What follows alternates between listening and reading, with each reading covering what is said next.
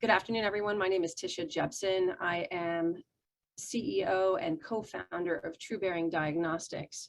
We're bringing to market various blood-based, RNA-focused diagnostic approach testing for diseases, which include coronary artery disease, and right now we're focused on infection. So today I'll be talking to you about infection and really bringing this into the concept of what today is about and the international impact and the importance of sustainability. Healthcare at this point is really not doing the job.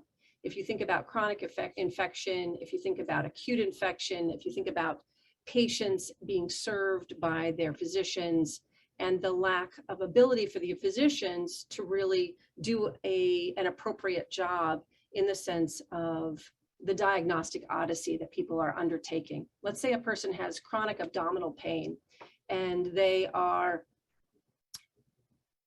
challenged with resolving that. And they go to their doctor again and again over the months and over the years, and the physician equally is challenged. It's a $3 billion a year market in the United States alone.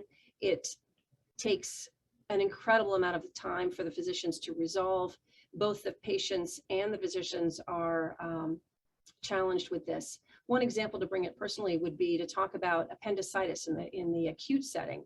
A person could go into the doctor having already essentially self-diagnosed, gone to a doctor themselves, had agreement, be prescribed with a CT scan, go to the hospital for that scan and spend 12 hours to 15 hours waiting for that to happen while the doctors in the hospital assign other types of testing because those scans are quite expensive and a physician and the insurance companies don't want to necessarily spend that kind of money.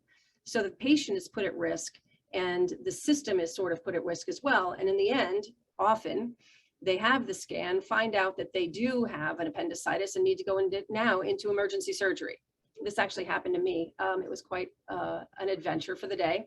And then if you take it to the chronic setting, pretty much everyone, all of us know people that are challenged with this problem. Chronic pain, whether it's abdominal, whether it's sinus, and the doctors often end up prescribing antibiotics, for example. Those antibiotics end up being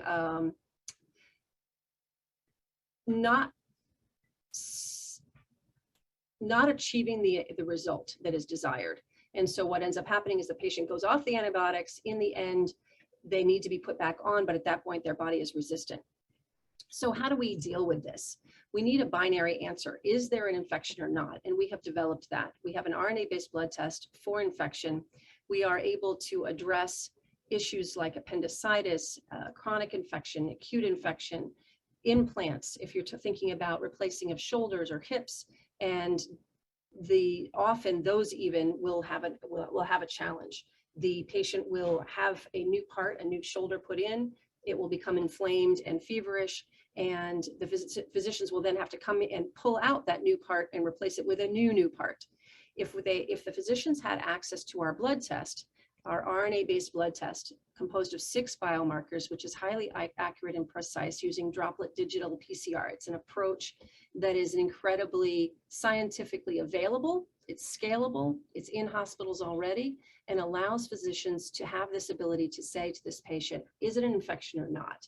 Can we resolve it with antibiotics or not? And if the antibiotics are working or not, should this patient go on to, if they have diverticulitis, should they have surgery or not based on, do they have infection? It allows the physicians to then reduce and prioritize their pathway towards figuring out what exactly this patient is challenged with. Is it psychosomatic? Is it injury-based? Or is it actually an infection? We are looking at a patient's immune response. So we're not following the disease. We're actually seeing the patient's actual response to this, which means that we are agnostic. We're seeing both bacterial and viral infection. We're enabling doctors to use the symptoms and then reinforce whether they should move in the direction of exploring the bacterial viral infection-based origin of this problem or looking in another direction, and thereby adding an accuracy level and efficiency level to the process that at this point is unavailable to doctors. We have completed 3 studies already. We have our initial validation discovery trial, which looked into gut troponin, which is essentially internal infection. We then went on with more abdominal infections with our second trial called MAD-AIR. And our third trial at this point, COVID-19 exploration that we did in the hospital here at George Washington University. Each of these studies have yielded an incredible accuracy level and have assisted us with understanding where we can deliver this test moving forward. We also are published and have our patents both completed in some circumstances, and expanded patent work is underway.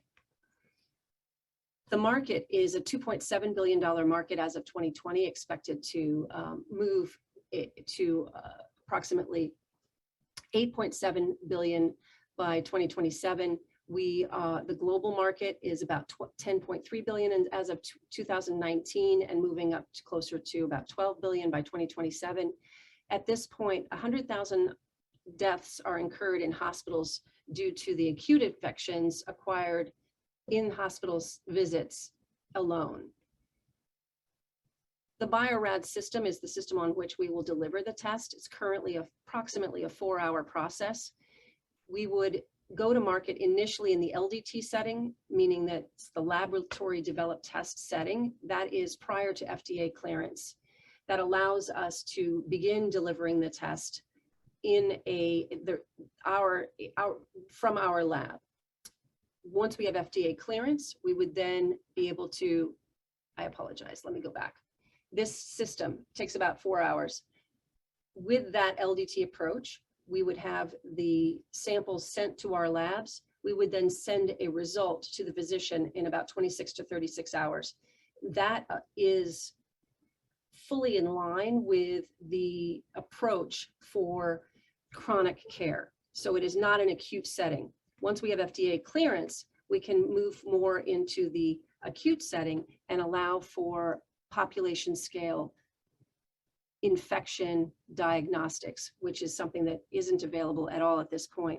This is an example of our TrueNav report that would be returned to the physician.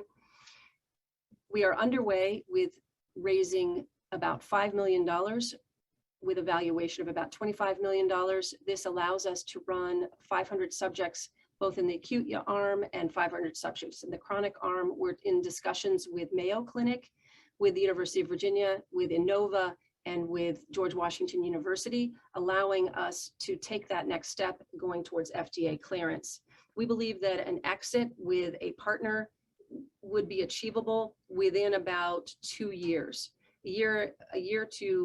Once we have this funding under our belts, we would be able to finish and complete the study within about 1.5 years, and within about 2 years have an exit opportunity. We already have about 12 million invested in us. We've been working on this since about 2006, 2007 in various iterations, and we are prepared to move to that next step and deliver this test to the public. My name is, again, Tisha Jepson. I'm co-founder and CEO. I work directly with Tim McCaffrey, Dr. Tim McCaffrey, who is co-founder and CSO, Chief Scientific Officer. He's professor and director of genomic medicine at George Washington Medical Center. He has 30 years translational medicine and clinical genomics experience. He came from Cornell University, started the genomics lab there, and moved here to GW. And this genetic RNA-based blood test for diagnostics is his life's work. We've been working together for over 10, 15 years now, actually. We've been developing a wonderful story towards pivoting healthcare towards a more preventative care approach and a more accurate approach. We have a scientific advisory board composed of Chad Hoyt, Lakmir Chwala, and John Burzak. They bring a tremendous amount of experience and a huge amount of support to us as we work through this process. Again, my name is Tisha Jepson, and I'm available for questions should you have any.